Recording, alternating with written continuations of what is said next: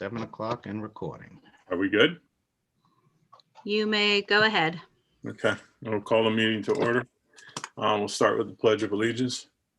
I pledge allegiance to the flag of the United States of America, and to the and to the republic republic for which it stands, one nation, under God, indivisible, indivisible, with liberty and with justice for justice all. for all. All right, so our first piece of business is the approval of winter high-risk sports. Do I have a motion? So moved. Do I have a second? Second. Okay. Any discussion? So I'll start then. You know, and at first I want to make it clear, this has nothing to do really with the administration or our athletics department or, you know, any of the folks in Millbrook. I am just completely confused by this decision by our county legislature, by the state, by the Department of Health. When I read the New York Times Dutchess County, daily tracker, it says Dutchess County is, where is it? Dutchess County is at an extremely high risk level. The risk of COVID cases are extremely high, but have decreased. It's the highest month since this pandemic began. And somehow this analysis led the Department of Health and our state and local government to say, yeah, it's okay. This makes no sense to me whatsoever. And I know a lot of people say, hey, schools are not the place where this stuff gets transmitted. It's, the kids don't spread it around. But that's because we've spent hundreds of thousands of dollars keeping these kids separate into cohorts, making sure they wear masks, making sure they stay socially distanced, cleaning constantly. And now in the worst month since it began, we are saying that this thing it's okay. I know I'm not a healthcare professional. I know I'm definitely not a professional educator, but the timing of this seems like the only possibility is this is some sort of political or dump the responsibility on local districts. I just want to make sure our parents and parents of athletes and parents of non-athletes understand the increased risk that we're putting into our district. That we will have kids that will be face to face with other kids without masks, without being distanced, and those kids are going to be crossing cohorts, and parents need to understand that and make that decision for themselves. So anyway, I just had to get that off my chest because, like I said, this makes absolutely. I don't know who did the analysis to say that this is the best time to go. You wait for 9 months, 10 months, and then you turn around and say, now that it's at its worst, let's go. It's ridiculous. But I also know our administration and our educators feel this is a way to bring kids that may be missing school, give them some piece of normalcy back, give them a carrot to get them to ensure attendance and grades. And I understand that, but the analysis, and for anybody that's listening to this, go look at the New York Times daily tracker for Dutchess County. It's anyway. So that's my comments. Hey, Perry, I could comment. First of all, comment, I guess, about that. Most of the country is in that high risk. If you take a look at the New York Times nation map, You know, I did watch Governor Cuomo does a bunch of communications every maybe couple days, something like that. And I did watch it, and he has experts, he says, that has showing him that the infection rate will continue to drop into February. So I think that's part of the reason. He has a set of legislators in early to mid January looking to draft legislation to press him to open, including also the New York Athletic Administrators Association was also pushing him to open sports.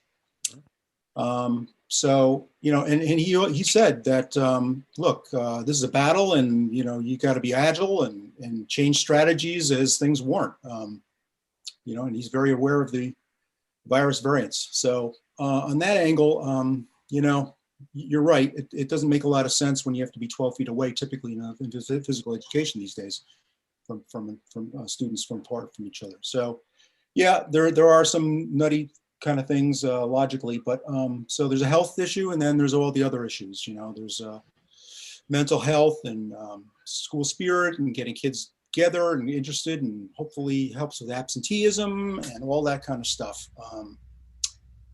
So, you know, we have to do our best to figure out. This is not an easy decision. You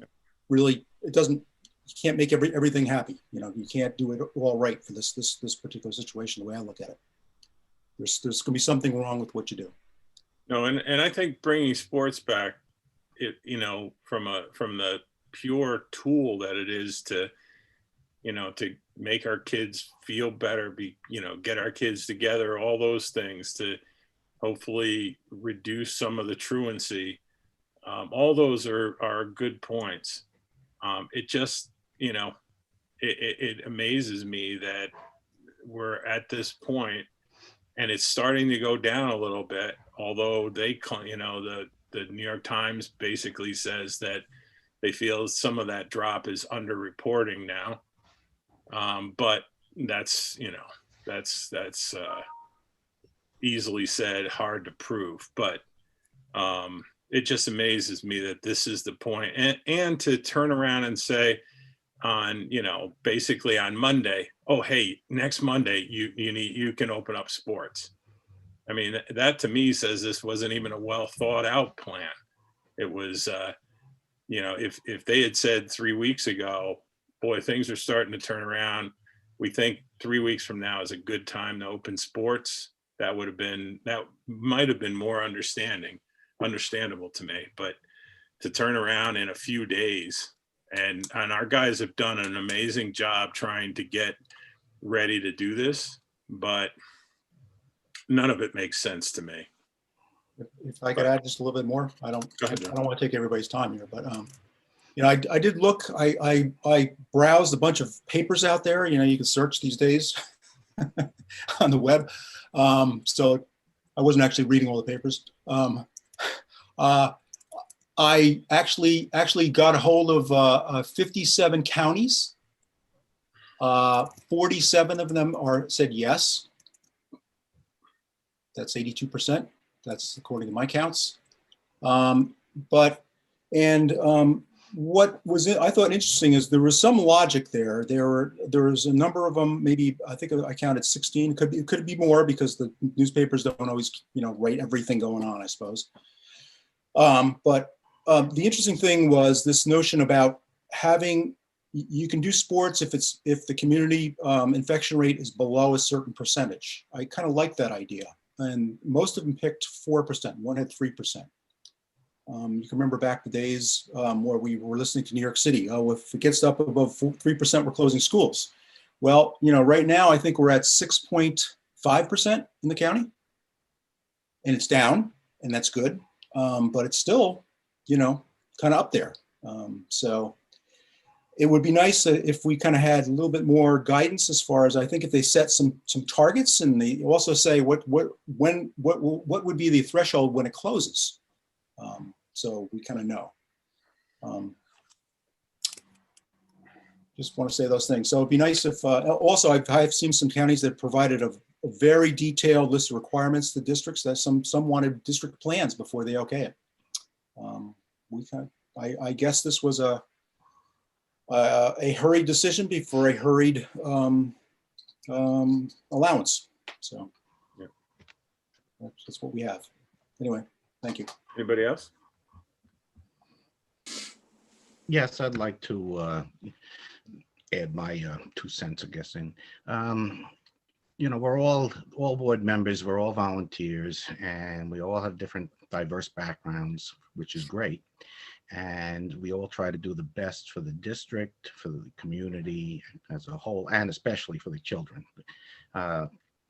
Now, I have no medical background, and we all know from what that this COVID can be fatal. It can cause many debilitating sicknesses. And now I do have a background myself in grief and loss and grief. And what is a fact is, from that background, dealing with children, their entire assumed world has been turned upside down by this COVID, as it has for the adults. But hopefully most adults' coping mechanisms are a little more developed. For the kids, they can't go out and play with each other in the younger ages. They can't do what they used to do to all the way into the high school, where graduations have been turned upside down. The proms, milestones have stopped. One of the important things with dealing with this loss is there's a loss and a grief of these milestones being lost, and sports is one of these milestones. It's for camaraderie. There's numerous reasons, and a lot of kids are grieving the loss of this, and will do better in school because of sports. So, from my background, and I thought very much about this, took a step back and thought from both angles that I would support opening the sports based upon the known fact is there is grief and loss, but by our district students, and against the can happen, can get sick, can get COVID.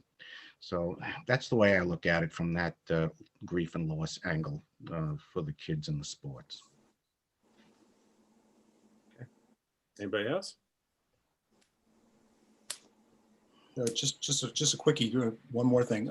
I'm going to support this. I'm going to support this because I believe our health department is that's their mission, is to keep us safe and healthy. So I'm going to trust that was a good decision, and that they'll do whatever they need to do to keep us safe. Anybody else? Just because I couldn't get in right at the beginning of the meeting, is there anything that I might have missed before that we said, like right in the beginning?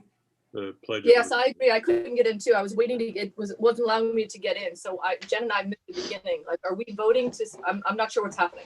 There was a motion made. If you look at the agenda, there was a motion made. A second of that motion. We're in discussions or comments and discussion now, and we'll be voting in a minute. But you two have to do the Pledge of Allegiance by yourselves. Okay. I did it while I was waiting to get in. Yeah, okay. Anybody else? All right, all in favor? Aye. Aye. Any against? Yes.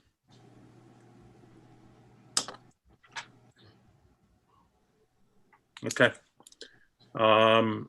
Was there someone who was against? Yes, that's me. Oh, okay. Thank you, Perry. There's a second, this is for the coaches. And again, I think, this is amazing that they're taking on the responsibility and the risk. Do I have a motion? I'll make the motion. Do I have a second? I'll second. Okay. Any discussion?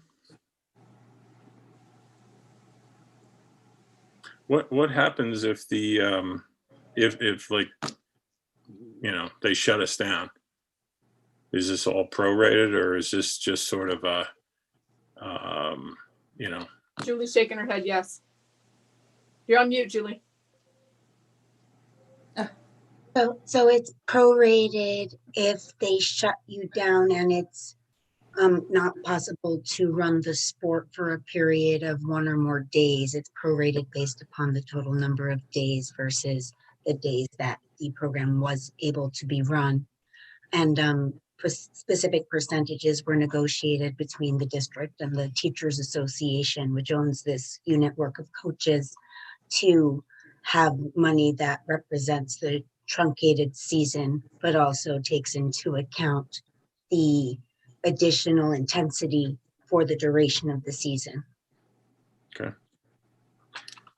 and just as a comment, this is probably going to sound like a ridiculous way to vote, but I support this one. I mean, if our coaches are going to put themselves out there, they should be paid for it. So I just wanted to explain why I'll support this one where I wouldn't support the first one. Okay, all in favor? Aye. Aye. Any against? Okay. All right, any questions from the public? No. Okay, do I have a motion to adjourn? I'll make the motion. Do I have a second? I'll Oh, wait second a it. minute, wait a minute. Oh. Perry, before we go forward on that, I would like to discuss if we're going to open up the fields for sports, what about to the community? Personally, I made this statement before. So let's, first of all, let's table the motion to adjourn. Mhm. You know, I said this a couple of times at the last meeting. There should be no reason, if our kids can be face to face with no masks and don't worry about social distancing, and the public wants to use their track or their fields to walk, there shouldn't be a need for us to monitor and keep them apart. I'm not sure where that requirement, Laura, where did that requirement come from originally? From NISA, I would have to say it wrong. NISPA, did I say that correctly? NISPA? And lots of conversations with council. So Julie, what do you think? Shoot, my camera is, can you hear me? Yeah. Yeah. Okay, good. I think that when you have public property that's owned by you, you have a duty of care for individuals who are on your property to ensure that there aren't any danger zones or other ways that they could get injured because of negligent caretaking. And even a trespasser can sue you for injury on their property. So technically, from a legal perspective, also from your insurance company, I'm guessing, as well as from the association that I also often mispronounce, it's generally stated that there should be a district employee there supervising the grounds that's owned by the district. Otherwise, you're not taking the appropriate duty of care, and it could subject you to additional liability in the event of So an this is- injury. So this has nothing to do with COVID. We should never open our fields again. Or you should have certain periods where there is a person hourly there to watch them, kind of like a lifeguard in a public beach. And have those the hours of supervised. And Right. like they do at the beach, it's not good enough to put up a sign that says there are no lifeguards on duty to walk at your own risk. You can put up that sign and it could put them on some semblance of notice of a prohibition or a assumption of their own risk, but that won't stop people from suing if they're litigious, and it won't stop them from being able to get money if we know reasonably that people ignore the sign and do whatever they want in a reckless way. And if it's all safe and nobody gets hurt, there's not ever an issue. So But it it's really not, I mean, depends. Because aren't we doing the same thing with our kids? If we let them run around the gym and or let them go face to face in the gym, aren't we then liable if they get COVID? Well, there has to be an assumption of risk to partake in higher risk sports right now because they're not safe and they're known not to be safe, and there's literature that they're not safe. So they're signing a waiver. If we had everybody that entered our property sign a knowing, intelligent, and voluntary waiver about the risks associated with use of the property and that they will not sue you should there be an injury, that would be a good step in the right direction to protecting you from liability and permitting activity without a regular supervision present. So maybe that's what we need to But do. then. Julie, you're talking about playgrounds. I know You exactly what I'm we got talking about, and playgrounds, there are kids playing basketball. I know. Confused. I mean, for years and years, these things have been open to the public, I thought. Yeah. And they can be, but it's not technically quote public property, it's school district property. So you could get sued based on things that occur on it. And most districts have not had incidents, and most districts have generally permitted use. And it wasn't until COVID that the issue really came to a head and then became asked and analyzed both from the insurance company perspective, the sports perspective, and the legal perspective. But from a board standpoint, I thought we were told that we were shutting the fields down because we didn't have somebody to monitor and make sure they stayed socially distant. Mm-hmm. It had nothing to do with them tripping over something and breaking an ankle or Well, it climbing. does though. It did in my email. It always does. It always has to do with people possibly getting injured, just like a visitor or a trespasser on your regular private property can sue you for a dangerous condition if you don't maintain it appropriately, or if they slip and fall even contributorily based on their own negligence. Everybody can sue for any reason as long as they have some sort of basis. And school districts are deep pockets, so a lot of people bring the lawsuits. Well, then I guess we've Julie, got most of the local schools also closed their fields during the COVID when this came out. Have Mhm. any of them reopened that you're aware of? Not to my knowledge, but I also haven't asked the question directly. I do know that just traditionally, that's something that has been relatively lax. And most of the time people are careful because they're watching their own children or they're supervised. But when you do end up with an actual injury on a school district's property, it's reasonable to expect a lawsuit. And if we were negligent in the maintenance of the grounds, or if there should have been but wasn't supervision present and we were the but-for cause of a dangerous incident, it's a concern. Of course, you have insurance through your insurance company that would indemnify you subject to your deductible. It's just the general theory of liability. Well, correct me if I'm wrong, even if we have a closed sign on the sign and someone decides to walk up through the woods and use it and get hurt, they could still sue, correct? Yes. So, I mean, you're That's really not trespasser. eliminating the risk for those who really want to do it. Unfortunately, No, you're just you can't be there mitigating it. 24/7. Well, and Exactly. you look at Right. Elm and Alden, there is no fence, there is no protection whatsoever. There's playgrounds at both places that are probably a lot more likely to get hurt than walking around the track. You might want to consider having like an indemnification form waiver, release of liability available for members of your public to the extent that you do want to make things available to them after COVID disappears. I mean, it's a much larger risk right now just because of the high morbidity rate associated with COVID and the additional unknown lawsuits that could arise out of that. I think that's what has caused the conversation to come to a head and caused the real flashlights on the liability associated with it. The hard part with that is to get every taxpayer to sign that form. Yeah. I That's think the it would problem. be also extremely difficult to prove that you caught COVID at the, Yeah, throwing that in there. That would be really hard to prove that you got it when you were walking around the track or something. So I assume our form that they're going to sign when they start playing basketball or whatever is going to indemnify the district from any COVID that might be caught, because I would think that would yes, be pretty. it does. Yeah, but what You about not the see it? parents? You know, didn't does get it? Indemnify The the memo in the parents? form? I don't know if we did, Julie, Oh, but we need to, it needs to be for the parents of those. yes, yes. there's a memo Any with a form. spectators? Yeah, Well, and the other with the kids when they go back to regular school, I don't know how. Anyway, you guys will have to figure out. I voted no. All right. All right, we'll table, let's yeah. table this discussion until we get more advice and check what other districts are doing. My concern is, yes, you can sue, and a lot of state parks, people sue because they trip over a tree root. Yeah.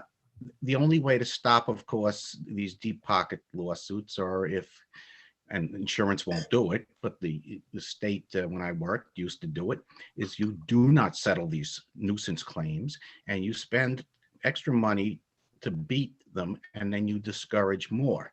But you're not going to stop people suing for anything. They can sue anybody, anytime, any place for anything. All right. So we'll table that discussion for future reference or future discussion. Where were we on we had a motion to adjourn? I made the Mhm. motion. Claudia seconded it or almost did. Almost did. All right. Did you second, Claudia? I sure did. Okay. All in favor? Oh, sorry. Any discussion? All in favor? Aye. Aye. Any against? All right. Good night. Thanks, everybody, for taking time out. Thank you, Perry. Have a good Bye, night. everyone. Be Night. safe Night. tomorrow. Night, thank you. everyone stay safe. Stay safe. See ya.